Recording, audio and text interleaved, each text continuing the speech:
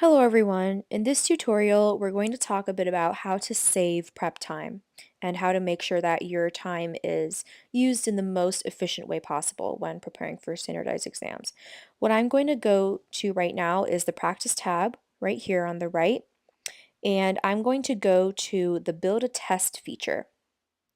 So what I'm going to do is select a test, College Board Practice Test 1, and I'm going to click the incorrect tab and I'm going to name it, let's just say practice test. I'm going to launch test and let's say I start section.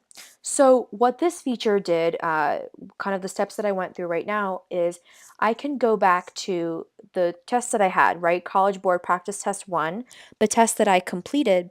And what I can do is just practice the questions that I got incorrect, right? You guys remember when I was building this test, I checked the little incorrect box. And that means that this new test is going to be only the questions that I got incorrect. So the 7 questions that I got wrong the first time in reading, I'm going to only practice those questions. For the math without calculator, the one question that I got wrong, I'm only going to practice that question. A great way to save time while you're prepping for the exam without necessarily having to redo the entire exam. If you're pressed for time and you only want to make sure that you practiced enough so that the questions that you previously got incorrect, you now feel confident with them, a great way to reduce the amount of time involved. Also, if I want to exit the test, I can do the same thing with questions that I guessed on. Click on Build a Test.